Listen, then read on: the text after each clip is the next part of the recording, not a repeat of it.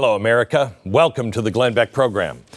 Tonight, I want to talk to you about a new stage in the fundamental transformation of America, where violence is now accepted and sometimes it's, ever so slightly encouraged. But there is obviously a catch here. It is accepted as long as you are on the right side or the left. Tonight, I'm going to show you the top-down strategy that the left is now employing in the government, the streets, and with corporate America. They do not care about the dangerous consequences of their rhetoric, and those consequences were on full display last week at a San Francisco State University. But first, a little background. It was the 2022 NCAA Women's Swimming Championship. Riley Gaines, a 12-time All-American female swimmer from the University of Kentucky, faced off against a male claiming to be a woman named Lia Thomas. She tied down to the 100th of a second with Lia Thomas. But it was not Riley who was given a trophy. It was Lia. It was also Lia who exposed his male genitalia in the women's locker room, and it was Riley who was expected to stay silent. But she didn't. When she saw that no one around her was standing up for women and women's spaces, she stood up. Her message has been very simple. Women deserve their own spaces. And for that, she has been ridiculed and ambushed and threatened just last week on the campus of San Francisco State University. After she finished speaking about why we need to protect female athletes, a mob ambushed the room and she had to be taken to a safe room. On her way there, she said, "I was hit physically twice by what I may presume was a male individual." She had to stay locked in that safe room while the mob shouted at her about trans rights, even going as far as one person in the mob saying, "Tell her to pay us and then she could go." They literally ambushed her, held her hostage on the college campus, all because she just wants to protect women. She's here to tell us the story. We welcome the very brave Riley Gaines. Riley, I have to tell you, I said earlier this week when I first saw this come out that I thought you and Chloe Cole are literally the only civil rights leaders or people speaking out for civil rights that don't do a job like mine.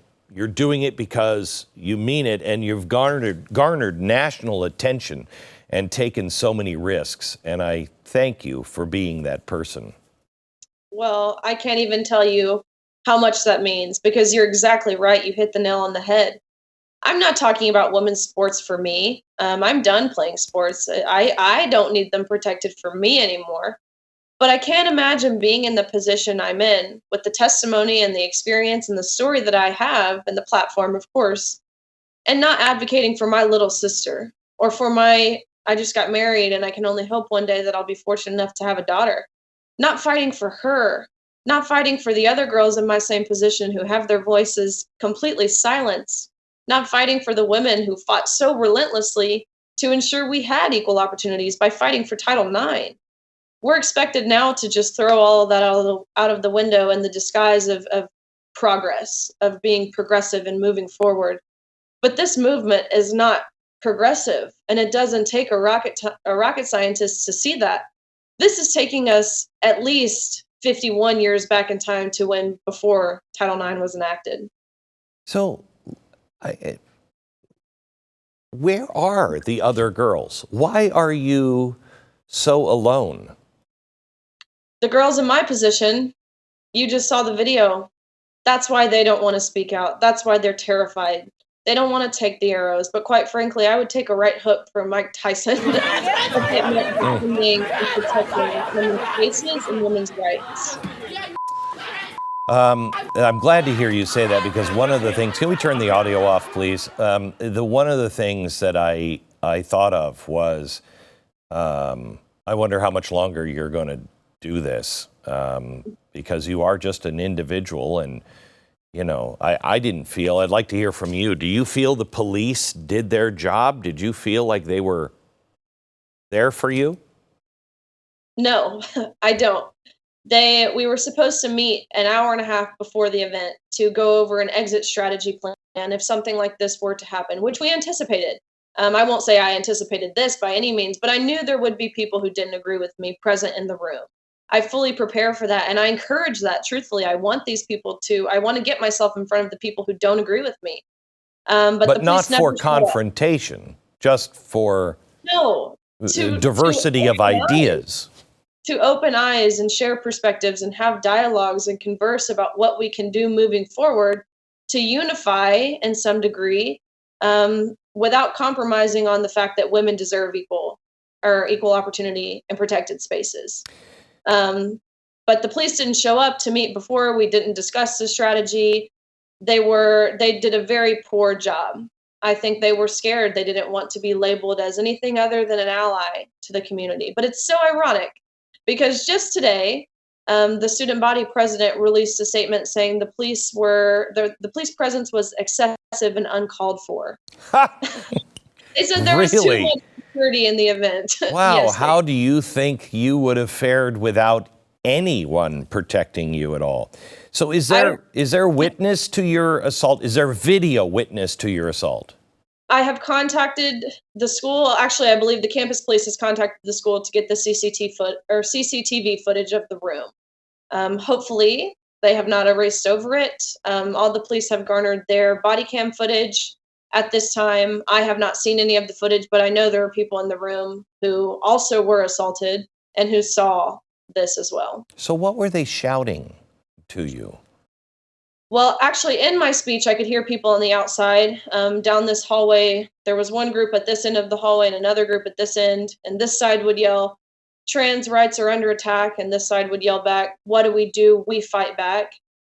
But again, I thought this was just protesting, people are entitled to protest. It's one of the amazing things of this country. We have the right to protest and organize. Didn't bother me until they actually did fight back. They were yelling violent things. They were yelling awful things. They were telling me that if I didn't want the smoke, I shouldn't have come to San Francisco. Or they were saying I was using my white privilege. They were saying things, demanding money if I wanted to make it home. I heard them negotiating with the dean of students. You know, they were saying, if she got paid to be here, we deserve to be paid if she wants to make it home safely. Why they were negotiating my safe passage with the dean of students, I don't understand. When the dean of students was standing there and then you saw his response that this was totally peaceful, how did you feel?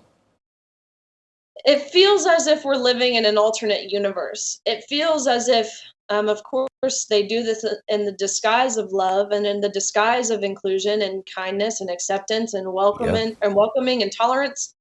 But what I have faced this past year, not just that one instance, has been the exact opposite of those things, because it's not kind to allow a man to change next to a girl. And it is not inclusive to allow a man to take a podium spot, to take a title, a scholarship, any opportunity away from a woman.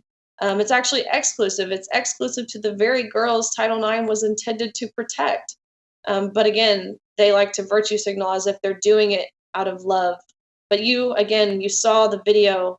We know that was not love. Yet they were claiming I was the one who was spreading hate. And I was the one who was being discriminatory, all for saying men should not compete against women. Let me ask you something I thought of this week in watching this. You know, you tied down to the 10th, so you both should have been on the platform. You know, if you accept that he's a woman, I guess. But did he at that time say, no, we both should be on, or not at all? Or has he ever reached out to you? Has he ever talked to you about any of this? No. And so my animosity with the whole NCAA championships is not directly towards Lia Thomas. Lia Thomas was following the rules set in place, but I do believe Lia Thomas is selfish, and I believe Lia Thomas has an utter disregard towards women and utter disrespect towards women and our privacy in the locker room and our safety and our equal opportunities. And so my problem is not, my argument is not rooted in transphobia, but I do have a problem with someone who is selfish in the way that even after all of this, Lia came out and said that he wanted to take an Olympic spot on the women's team at the next Olympics, which now is not possible because of new guidelines. But it's just narcissism, and we're affirming it at the expense of we, as female athletes, we were the collateral damage. So I tend to agree with you, because that's what I thought. I thought, if I were in his position and I was offered that spot and I wanted to be healing, I would have reached out to you. I would have come out after this weekend and said, this is ridiculous. We disagree with each other, but this has got to stop. And I don't see anyone doing that. No. Instead, you see them doubling down. It just doesn't make sense. It's as if the original feminist movement has totally either abandoned ship, or they're now actively fighting for male inclusion in women's spaces, which of course goes against everything that the original feminist movement was created to empower and embolden and protect. I now call myself, I never would have considered myself a feminist before, but I now call myself a modern day feminist, right, which just means someone who can acknowledge that there are two sexes, you cannot change your sex, and women deserve equal opportunity and we deserve respect. I don't understand how this is even an argument. 10 years ago, everybody would have agreed with this. And there hasn't been a new case. It's just shouting people down. There's a lot of people that are standing against you, groups, individuals, et cetera, et cetera. Do you feel like there's anybody that is really stepped to the plate and is for you? I do. Sage Steele, she works at ESPN. She obviously ESPN has their own problems. They're owned by Disney. This Women History Month, they honored Lia Thomas as this brave, courageous woman. And Sage Steele, again working at ESPN, she has come out and said, this is wrong. This is harmful to women. We are supposed to empower women. We are supposed to tell women they're capable of everything a man is capable of, but without competing against a man to get to that point. And so Michelle Tafoya, who is another broadcaster, Lisa Booth, there's so many amazing, powerful women. Bethany Hamilton, she was the surfer who lost her arm in a shark attack, who's been outspoken. So there are amazing women, but I'm still waiting for more athletes, more even male athletes. We need more voices. We need to prove that we're the majority. I know we are. But right now we're catering to the minority because silence is complicity and we have too many people being silent. That's why they're shouting you down. That's why they're threatening you. That's why all of this is allowed to happen and encouraged to happen, because they want to make sure that nobody else stands up and speaks out. Last question, going back to the assault, is there a case open on this? Are you going to push for assault charges to be dropped if you can get the videotape? Absolutely. I believe the police have launched their own separate investigation, but I will be pursuing some sort of legal action, whether that's against the administration, whether that's against who physically assaulted me, whether that's against the campus police for doing a terrible job of evacuating me from that situation because due to their own fear. There needs to be a message sent here. When is enough enough? We have gone too far to allow this and then again double down and deem this as something that is peaceful. This is a problem, and I believe the tides will start to turn. I believe eyes will be opened because this type of thing, anyone with some sort of sanity knows that this is wrong and this is harmful and it's violent. We pray for you. Thank you so much. Thank you. I appreciate it. God bless. Back with more in just a second. First, let me tell you about the Jase case. Here we are living in the United States of America. It doesn't feel like it. We're in the 21st century, and this stuff is going on. We have shortages everywhere. And when it comes to medicine, today I was on radio talking about how they are vaccinating cattle, or want to, for COVID, which the cows aren't having a problem with COVID. Nothing makes sense. And we're running short of medications here in America. We should be making medicines here, basic medicines. Jase case from Jase Medical is something where if you think that maybe you can't always get to the pharmacy, or the pharmacy's not going to always be there, or we're going to run short of medicines, or you're just going on vacation, I urge you to get the Jase case. It provides 5 life-saving antibiotics for emergency use.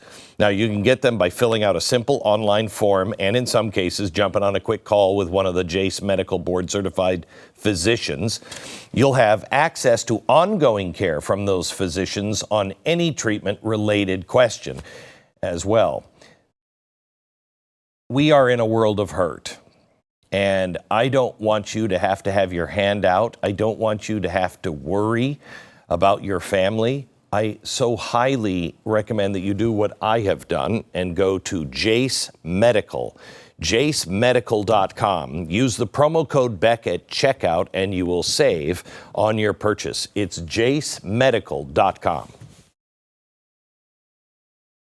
All right. I want to talk to you about a couple of things tonight. I want to talk to you about top-down, bottom-up, inside-out. And I need you to stop thinking of America as a free market, because it is not. You'll understand in the next few minutes. But first, let me go back to what happened with Riley for just a second. Watch this. Tell her to pay us. Tell her to pay us, and then she could go. $10 each. Okay. They were holding her hostage, demanding money for her safe passage off the campus. This implies that violence was the only other alternative here. Now, you have to wonder what those 2 cops were thinking at that moment. If they intervened, would they only have to face this violent woke mob, but also the woke mob within the university's administration as well, because they were there? I've been warning about this for years. Top down, bottom up, inside out. You've got the players in the government and in all the institutions at the very top. You've got the street performers, all of the radicals down at the bottom. These people are connected to these. They say, go ahead, nobody's going to touch you. They act without any impunity. There are no consequences for them, because why? The top says it's just. The bottom says we're just fighting Nazis. And I'm only using, I invoked the comparison they used, not me. So, they're not conflicted at all. If I point out how Hitler used his brown shirts, the Nazis appealed to only about 30% of the German people.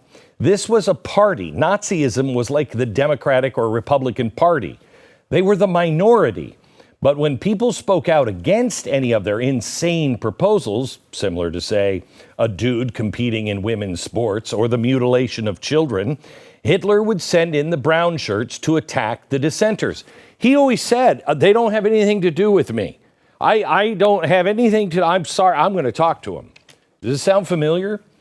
Take a look at a map of America. How many states discriminate on the basis of sexual orientation or gender? How many counties or cities? The answer is 0. And these people up at the top are goading the activists. They know that there's nothing going on. So what did they do? Well, they direct their aim at children.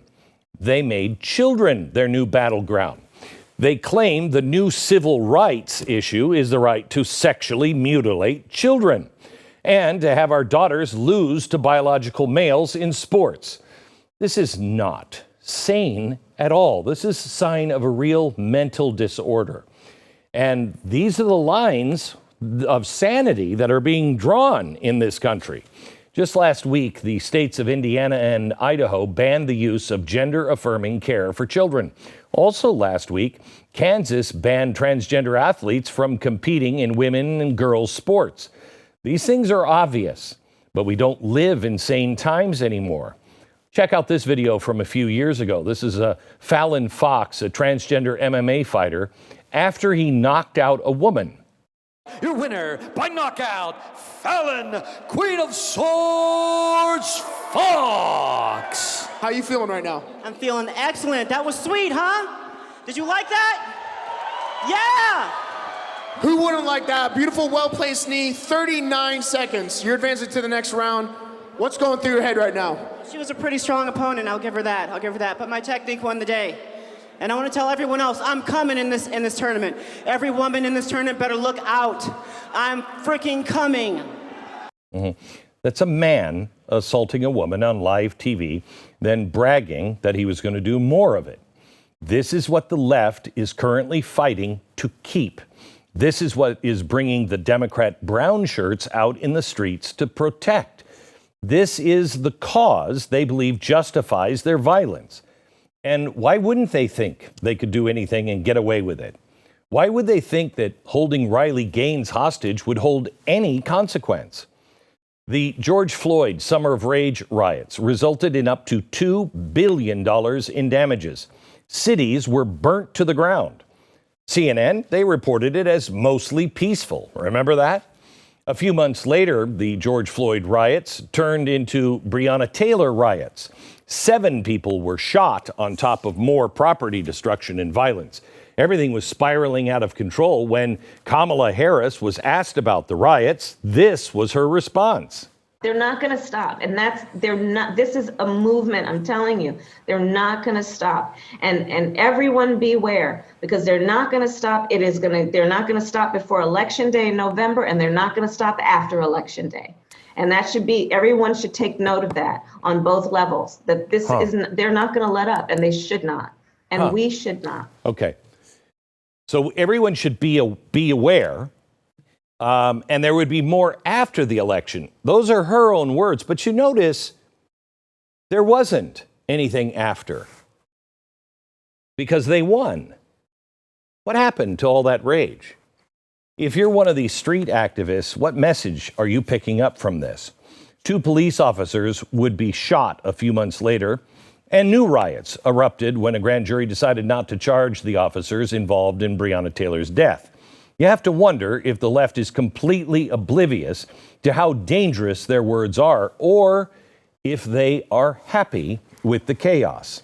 What happens when people are led to believe that the world is about to be destroyed in just a few years because of climate change, or that all the police are racist?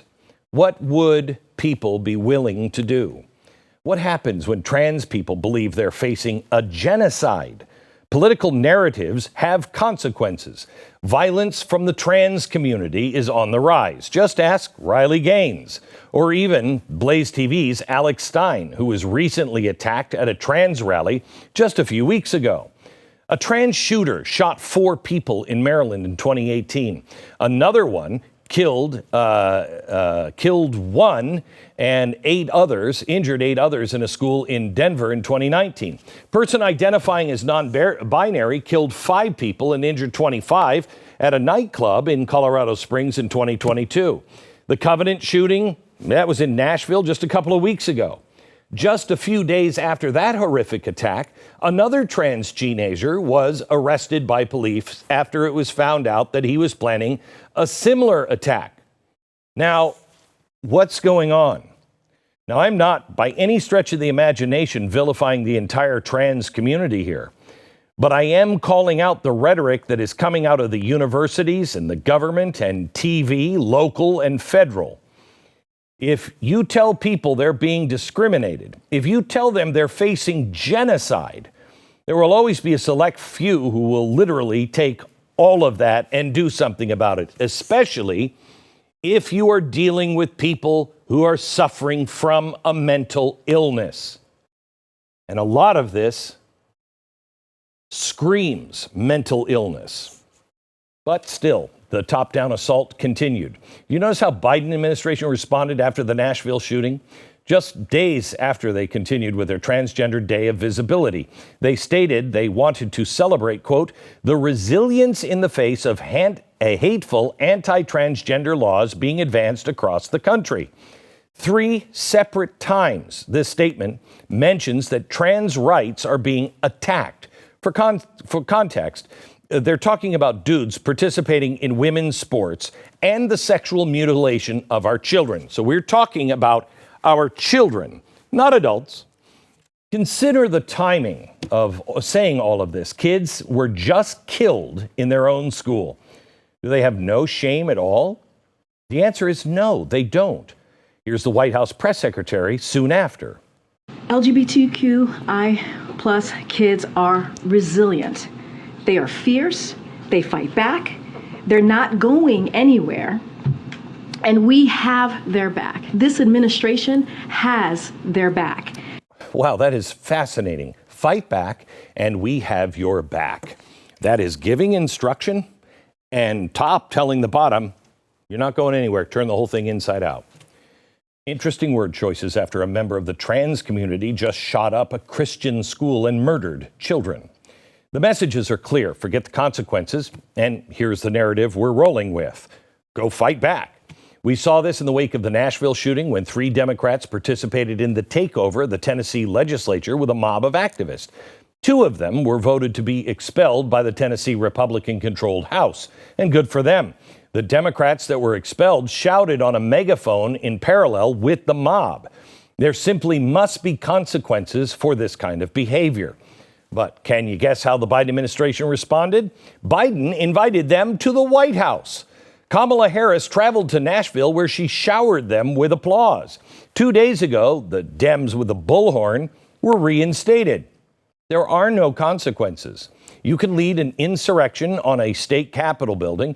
You can be violent and disruptive on a college campus. But as long as you're on their side, as long as you are fighting for their insane cause, you're all right. This is exactly the message that people are hearing when they hear the words genocide. Get out there, mess things up, disrupt, stop these people. Nothing should stop you. The left's strategy is escalating, and we're being balkanized, forced to hate thy neighbor. Don't do it. All the people at the very top of power are guiding it along. This is coordinated. Just like Kamala Harris predicted, it didn't stop before the election. And when it was convenient, it didn't stop after the election. It's getting worse. But again, you should know, if you've watched me for a while, top down, get the bottom to rise up, you panic, and the top comes down to lock it all up. Back in a minute. First, let me tell you about preborn. Biden is the most pro-abortion president in our history, maybe in the history of the planet. I mean, you have to go back to the ancient days of Moloch and Baal, but, in the modern era, I don't think there's been anybody who seems to celebrate unborn lives being sacrificed. Let me tell you about preborn. Here's how the network of clinics responds. They respond with love, compassion, and free ultrasounds. These women, many of them, they're not monsters. They feel trapped. Meeting mothers with unplanned pregnancies, you meet them where they are and you shower them with love and God's love. You can reach the heart, and the heartbeat and the soul of both the mom and the baby is life, and it's there. Over 200,000 precious babies have already been saved through the life-giving work of preborn. Every day, preborn rescues about 200 babies, and they rescue them because you are there. They depend on you and me. I want you to see at the bottom of the screen, pound 250, say the keyword baby, and save a baby. Will you? $28 buys an ultrasound. Pound 250, keyword baby, or you can go to preborn.com/Glenn. Save a life. The world has been here before. In Charles Dickens' A Tale of Two Cities, he wrote about the French Revolution, saying, it was the best of times, it was the worst of times. Age of wisdom, it was the age of foolishness. It was the season of darkness and the spring of hope. We had everything before us, yet we had nothing before us. We were all going to heaven. We were all going direct the other way in. At the crossroads of good and evil, the French chose the guillotine. My next guest says America is at the same crossroads right now. We're in our own French Revolution. Which way do we go? Welcome to Victor Davis Hanson. How are you, sir? Good to see you. Very good, Glenn. Thank you. So you say there are 3 outcomes on where we are. You said, A, 2 more years of our version of the French Revolution to take its course and then wreck everything our founders built. B, our whole legal system is so damaged that even if the left is unpopular, they still win. Or C, America wakes up and we end this reign of terror and get back on the right path. Which way do you see us going? Well, I have to believe in the third or the last because I'm an optimist. And I think almost every issue that the Biden administration is pushing, from the Green New Deal to the transgender mania to the DAs and the diminution of crime, all of that has no public support. The open border doesn't have any support. The Afghanistan debacle, none of it does. And yet they're able to maintain power through the permanent FBI, CIA, DOJ institutions such as Silicon Valley, corporate boardroom, all of that. But it's not popularly supported.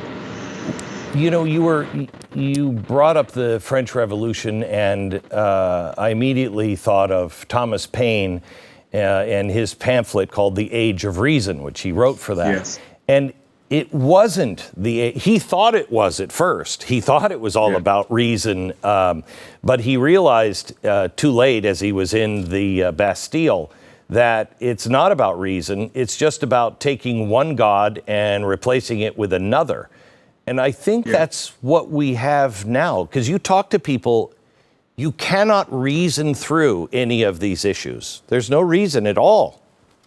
No, and the irony is, remember in the French Revolution, they made a deity called radio, reason. And it's very similar to what these people are doing. They're telling us that reason and science backs the lockdowns, or as many boosters as you can get, or that there is no such thing as biological sex, it's a construct. They always talk about reason.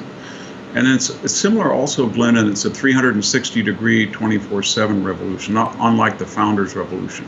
By that I mean it's a totality. The French Revolution wanted to abolish religion. They wanted to change the days of the week. They wanted to change this revolution, 1619 rather than 1776, they want to they want to encompass every aspect of our life in a revolutionary sense, besides just political. And that's what's so scary.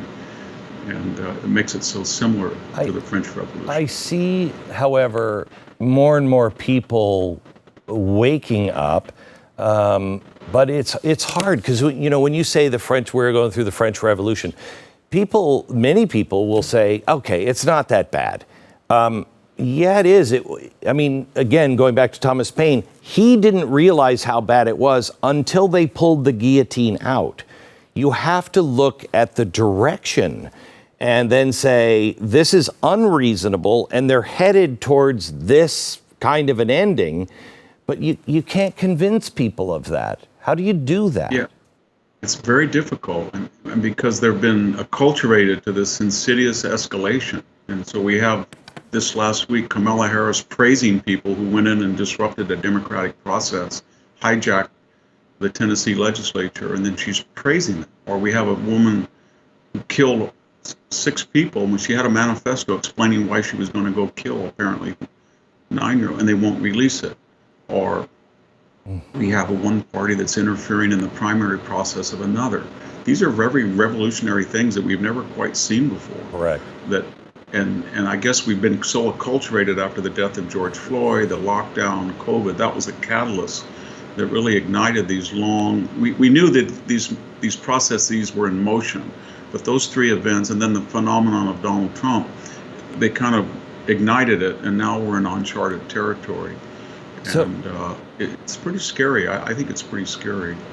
So, you know, when you look at history, I mean, the revolutionaries have used, first of all, our own system and our own goodness, I think, against us. Americans are not the kind that want to fight over things. We want to just get along with everybody, get along with our neighbor, for the most part. And so that went a long way with political correctness. But now it is absolutely unhinged from reason. And I read an interesting thing about the SA, which were the brown shirts in Germany. And the question that I ask people is, how do you get a country where you have 30% of the voting public identifying as that party? That was a political party, the Nazis. It's like Democrats or Republicans. It was the Nazi party. How do you get the entire population to give that party's salute? You do it by beating people in the streets like the brown shirts did. Yeah. I think what the Bolsheviks and the Maoists and the Jacobins had in common, as you said, they were a very small minority, but they were very clever in that they targeted people and they went after them. So in the French Revolution, they killed Danton, or as the brown shirts, they killed people and let people know. And so what the left is doing now in kind of a performance art, if you're anywhere near January 6th, 1,000 people have been pretty much deprived of their civil rights and normal jurisprudence, but they're making an example of them so that nobody ever dares to do that again. And when they had this person in Texas, in the Austin, a person driving an Uber car, somebody confronts him with an AR-15 and he defends himself and they charge him with murder. These are, same thing with Donald Trump. We're going to see a series of indictments, and they're saying to Trump, we're not afraid of impeaching you once, we're not afraid of impeaching you twice, we're not afraid of trying you as a private citizen, we're not afraid of raiding your home, we're not afraid of indicting you this time in Georgia and the special counsel. And what they do is they send a message to everybody else. Life would be so much better if you just join us, but if you want to be one of these people that, like the swimmer who was trapped at San Francisco State this week, Riley, and she was pretty much kidnapped, and they wanted to negotiate kind of a ransom, and there was no consequences at all. In fact, the dean almost praised the attackers in analogous to the Stanford Law School. But that sends a message to people. You really want to be on the wrong side because we'll do anything to get you. When the right or the conservative traditionalists play by the Marquess of Queensberry rules. And so the left, there's no, if you're in between, you think, you know what, I prefer the traditionalists, but there's no consequences for attacking them or ignoring them or being against them, but there is with this tiny left. And so they create a deterrence and they make it known, the cancel culture, ostracism, whatever you want to call it. And especially, I'm in academia and I can tell you that they go after particular people, and then everybody privately emails you and says, I really agree with you. I think Scott Atlas was really right. Jay Bhattacharya was really right at Stanford, but I'm in no position to say anything, I'm sorry. And that's how they operate. So I think the problem this time around is the best way for Americans to protest, and I think it is a natural way for the right, is more along the lines of Martin Luther King. But we have, in a minute here, tell me where the churches are. Tell me where there's a Martin Luther King that will bring the discipline that is needed so people feel comfortable marching and they know they don't have an FBI agent in the ranks. Yeah, it's very difficult because those types of people are terrified right now. I think what's a phenomenon very quickly is we're seeing people on the left, a Bill Maher, a Michael Schellenberger, Elon Musk, all of those people, Barry Weiss, they're saying that these people are crazy. We know them better than you do, and they're crazy. And so there's a growing number, and if we can capture those people in the middle and bring them to our side through reason and warning of what their own people. And I think we have a chance. This next election is going to be very important. It's not going to be, it won't work if we just get another Senate seat or a couple of House. It has to be a referendum. They have to take the House by a bigger margin, a bigger Senate. Take the Senate. We've got to get the presidency. Victor, I can't thank you enough for all the years of deep thinking and everything that you've done for the country. Thank you. Victor Davis Hanson. Appreciate it. Back in just a minute. First, let me tell you about my Patriot Supply. The founders of this country understood, in a way, that we've kind of lost in our modern era, that true freedom comes from self-reliance. It's the kind of individual freedom that comes with individual responsibilities. If you don't want to be a slave of the government, that means if things go badly, you don't want to have your handout from the government because, they will be willing to help you, but it'll come at a very high cost. You should have some emergency food on hand. And I know exactly where you should get it because I've been getting my emergency supplies from my Patriot Supply for years now. You can get a 3-month emergency food kit with $200 discount, which is an amazing deal. The kits provide over 2,000 calories a day for strength and energy in a stressful situation. And here is the bonus. The food's really good. I know because I may or may not have eaten some of it when my wife wasn't around and I didn't want to cook. I'm just saying. MyPatriotSupply.com. It's really good. Save $200 on each kit for your family. Get 1 kit per person to be safe. Your order ships fast, free overnight, and arriving at your doorstep in a unmarked box. MyPatriotSupply.com. That's MyPatriotSupply.com. Okay, I want to change the conversation on Budweiser, Bud Light. Last week revealed that trans TikTok personality Dylan Mulvaney was the new face of Bud Light. Everybody went nuts. He also has a similar deal with Nike. And when he's doing it, he looks like he's making fun of the way women work out. And if you haven't seen his little shtick, that's actually his brand. Watch. Day 66, being a girl, and today I'm in nature. Trees, I love them. Water, lakes, I love them. Heels, my hiking heels, I love them. Okay. So he's getting rich off of making fun of women.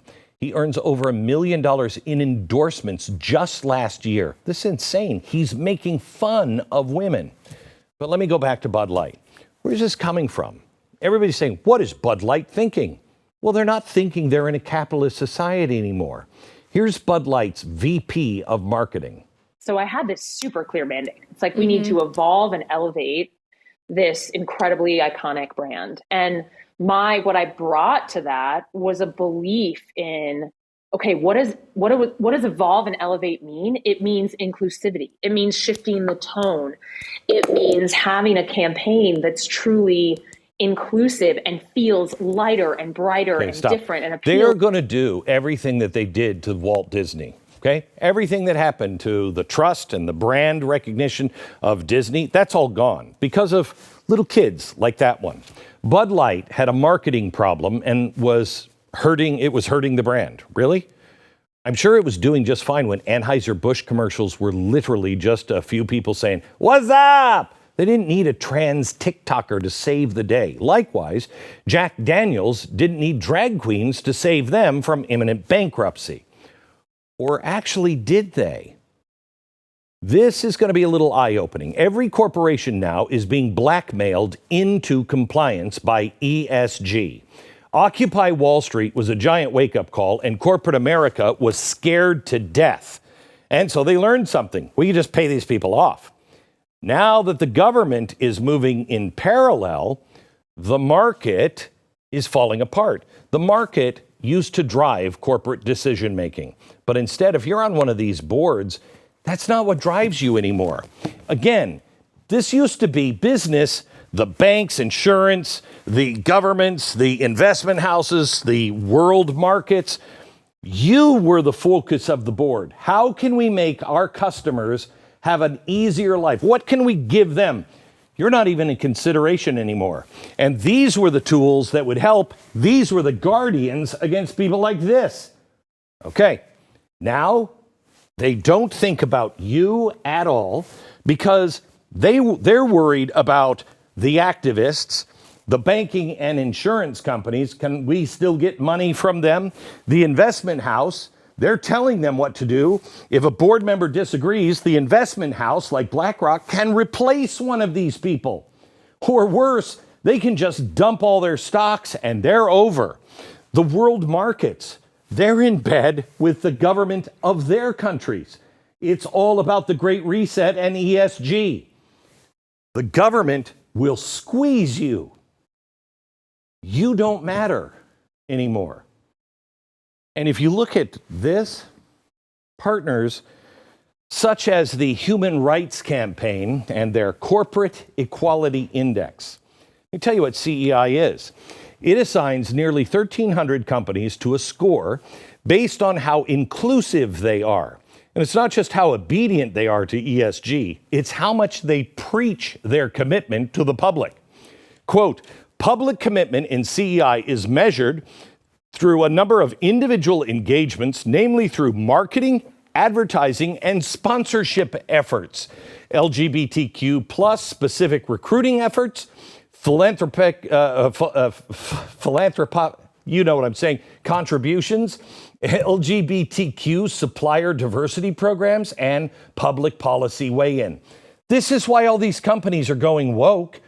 If they get a bad score, then the woke investor funds start putting pressure on the boards. Woke activists are mobilized out in the streets. Advertising campaigns are shut down. And anyone that continues to do business with them will also be penalized. This is fascism. Let me give you this quote. Large businesses typically rely on other businesses for goods and services, and the business of the size included in the CEI typically have set standards and guidelines already embedded in their procurement. To ensure that suppliers act in a manner that adheres to a business's own standards, businesses must establish standards of conduct that set expectations for the behavior of their suppliers. Blackmail. Let me show you this letter. This was sent from some of the largest environmental activist groups to the CEOs of insurance companies. They sent a list of honest-to-God terrorist demands, insisting that they stop insuring fossil fuel companies. But this is just one focus on the E, while the CEI focuses on both the S and the G. All of it is dangerous and deadly. This is what we're up against. Do you remember when Joe Biden first got into office and he appointed John Kerry, our Build Back Better czar? And John Kerry was telling the World Economic Forum, oh yes, I think people will be shocked, absolutely shocked at the speed and the intensity. It's going to be bigger than anyone ever imagined. Now you know why. It's been this from the beginning. We are playing a game where we think we're in a free market. You're playing a game where you think the government isn't all in. You're in this mode where we believe the government somewhere is good, and corporations still listen to you. I got bad news for you. They don't.